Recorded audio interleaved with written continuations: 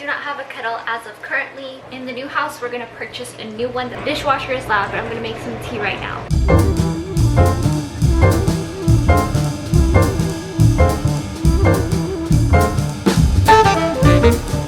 I'm going to cover it so it heats up faster.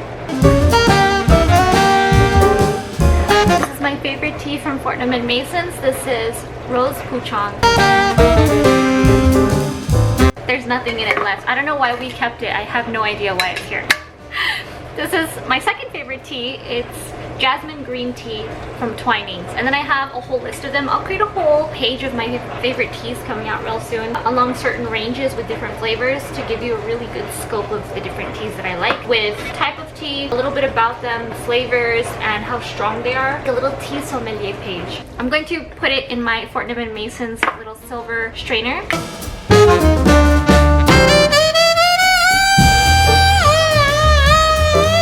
Look at that, it's prepped, it smells so good. I'm gonna let the water boil.